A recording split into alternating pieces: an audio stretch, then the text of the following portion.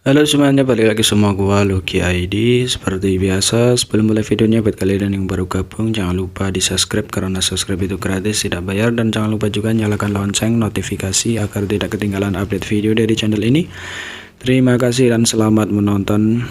Oke, tanpa basa-basi kita bacain novel Marital Back chapter 5890. Di sini diceritakan jangan kembali ke gerbang dekat domain yang mengarah ke wilayah utara. Dengan dialog sebagai pemimpin lebih dari seluruh Rajan, Episode Jarod mengikutinya dan mereka berdiri di depan gerbang domain. Ketika mereka samar-samar melihat sosok Yangke melalui gerbang domain, mereka tahu bahwa orang ini benar-benar tidak mau kesepian dan akan melompat keluar dan membuat gelombang. Ini juga diharapkan ini adalah saat berikutnya orang-orang mau diam-diam akan mendesak kekuatan mereka siap untuk pergi. Siswa sekte domain berdesir dan sebuah kepala tiba-tiba keluar dari sisi yang berlawanan, memperlihatkan wajah yang membuat semua klan tinta sangat membenci. Bunuh! Dialog menjerit pelan dan saat berikutnya dipimpin olehnya lebih dari seluruh teknik rahasia episode Jarod semuanya ditimpakan ke gerbang domain. Yang jelas dengan mengantisipasi adegan ini sejak lama, jadi dia hanya menjulurkan kepalanya dan kemudian segera menariknya kembali. Hal semacam ini tidak dapat dilakukan oleh orang lain. Prajurit rata-rata bahkan surga terbuka tingkat 9 akan melewati gerbang domain saat dia masuk dan tiba-tiba di sisi berlawanan dari gerbang domain. Hanya mereka yang mahir dalam hukum ruang yang dapat secara aktif mengganggu proses perjalanan ini dan kemudian mengambil inisiatif untuk mundur. Jadi ketika serangan sekelompok pembangkit tenaga klan tinta mencapai, Yangke tidak terlihat serangan itu jatuh ke gerbang domain dan melakukan perjalanan ke domain utara. Hanya melalui lipat dan teleportasi ruang di dalam gerbang domain yang awalnya karena serangan Yangke menjadi lemah dan lemah. Yangke hanya mengabaikan beberapa kali sebelum dengan mudah memblokirnya. Sekarang setelah itu dia menjulurkan kepalanya keluar dari pintu domain lagi dan menatap Dialog tidak jauh sambil tersenyum sangat bersemangat. Tanggapan yang terima sama seperti sebelumnya, itu masih merupakan serangan kejam oleh kekuatan klan tinta dan Yangke dengan cepat kembali. Jadi dalam 10 nafas waktu berikutnya adegan seperti itu yang membuat Dialog dan klan tinta lainnya merasa konyol dan tak berdaya muncul 7 atau 8 kali berturut-turut, menyebabkan mentalitas mereka meledak dan suasana hati mereka menjadi tidak seimbang. Urat biru di dahi Dialog hampir meledak meskipun ketika dia mengambil tugas mencegah Yangke menginjakan kaki dan tidak kembali, dia tahu bahwa kemungkinan kegagalannya tinggi, karena Yangke hanya harus menahan satu putaran. Jika dia ingin secara paksa keluar dari gerbang domain dengan kekuatannya, klan tinta tidak bisa menghentikannya sama sekali. Dan Yangke memang memiliki modal seperti itu. Dia memiliki tubuh naga suci dan memiliki kulit yang tebal, serangan yang cukup kuat melukai parah dan bahkan membunuh peringkat ke-9 umat manusia biasa. Tidak mungkin menyebabkan kerusakan fatal padanya, paling-paling dia akan menderita cedera yang tidak ringan atau serius.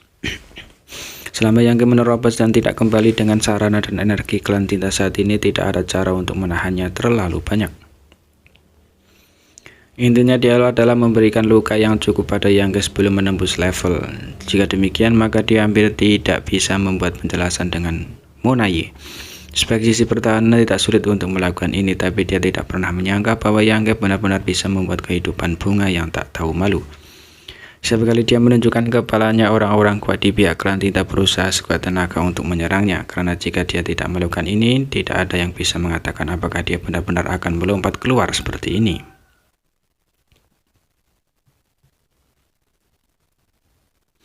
Setelah klan tinta melakukan serangan, dia dapat langsung mundur ke wilayah utara dan dengan mudah meredakan serangan klan tinta. Dialog tiba-tiba merasa jijik jelas bahwa klan tinta harus memiliki inisiatif mutlak dalam konfrontasi seperti itu, tetapi ketika Yangke melakukan ini adalah boneka kuat klan tinta yang Yangke ingin mereka serang ketika Anda menyerang. Berhenti ketika Anda mau mereka untuk berhenti. Tidak bisa menghentikannya. Monaye menghela nafas dalam hatinya. Meskipun dia dan Raja episode Jarod dapat menggunakan metode ini untuk menekan Yangke terus-menerus ketika tidak dapat melakukan apapun tanpa batas, setiap kali mereka menembak mereka kelelahan. Faktanya mereka membiarkan mereka melakukan semua tembakan hanya beberapa kali. Konsumsinya tidak sedikit, itu hanya konfrontasi sesaat, tetapi tampaknya menjadi pertempuran dengan kekuatan ras manusia lainnya selama beberapa hari. kelelahan fisik dan mental di hadapan seorang pembunuh manusia seperti Yang Kai. Jika dia tidak memiliki kekuatan yang cukup untuk melindungi dirinya sendiri, dia mungkin akan lengah.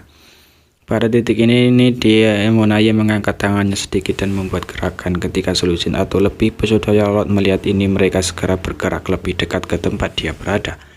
Segera kepala Yang Kai keluar dari gerbang domain lagi. Kali ini tidak ada serangan, jadi dia tidak bergegas kembali. Dia mengangkat matanya dan menatap Monaye yang sedang menunggu tidak jauh dan tersenyum tidak berkelahi. Monaye tetap diam menatapnya tanpa bergerak. Diam-diam mendesaknya dengan kekuatan. Jika kamu tidak bertarung lagi, maka aku akan keluar. Yang Kai berkata seperti ini, satu kaki sudah melangkah keluar dari gerbang domain.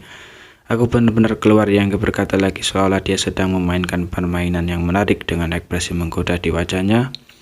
Monaye masih tidak bergerak dan para Pesodaya lalu terdiam. Oke, Yang Kai tidak membuang waktu lagi. Dia berjalan keluar dari pintu domain dan kemudian mengambil nafas dalam-dalam. Itu jelas dalam kehampaan dan tidak ada yang bernafas ke dalam tubuhnya, tetapi dia mengungkapkan sesuatu. Ekspresi mabuk di wajahnya sepertinya telah datang dari negeri ajaib yang membuatnya memikirkannya.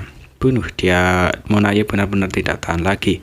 Mengetahui bahwa ini bukan waktu terbaik untuk mengambil tindakan, dia harus bergegas ke Yang Kai terlebih dahulu, dan lebih dari Solution Pesodaya Lord mengikutinya. Serangkaian teknik rahasia yang kuat dan menutup tempat Yang Kai langsung menenggelamkan sosoknya. Merobek sosok itu berkeping-keping. Monaye tidak menunjukkan kegembiraan karena dia melihat sekilas bahwa itu hanya bayangan, dan pikiran ilahi yang kuat meresap seperti air pasang. Terus-menerus berosilasi energinya sendiri, menguji jejak Yang Kai yang tidak menentu, dan memimpin lebih dari Solution Pesodaya Lord dikejar dan mencegat Yang Kai. Aura Raja Palsu Aula Pesodaya Lord juga menguji sosok Yang Kai, terus-menerus bergetar untuk mencegahnya. Tiba-tiba mendesak kekuatan magis ruang angkasa untuk melarikan diri. Semuanya di sini dilihat oleh Monaye. Menunggu sebentar dan sedikit santai. Tidak ada gunanya membiarkan Moayu bertanggung jawab untuk berurusan dengan Yang Kai. Jika memungkinkan, dia lebih suka menghadapi Yang Kai secara pribadi. Klan tinta tentara membutuhkan untuk dikirim dan dia benar-benar kurang dalam keterampilan. Dia tidak akan bergerak dengan mudah sampai dia dipaksa. Itu hanya akan mempengaruhi energinya. Meskipun dia sedikit gelisah sebelumnya, tetapi untuk saat ini tampaknya Monaye melakukan pekerjaan dengan baik. Tidak ada gunanya membiarkan Yang Kai menginjakkan kaki dan tidak kembali. Keuntungan dan kerugian sementara bukanlah apa-apa selama Yang Kai sukses dapat dikendalikan. Deploymentnya masuk akal. Setelah perang berakhir, Monaye secara kasar memperkirakan kekuatan sebenarnya Yang Kai. Raja yang baru dipromosikan jelas bukan lawan, tetapi dengan lebih dari Solution Raja semua membantu Yang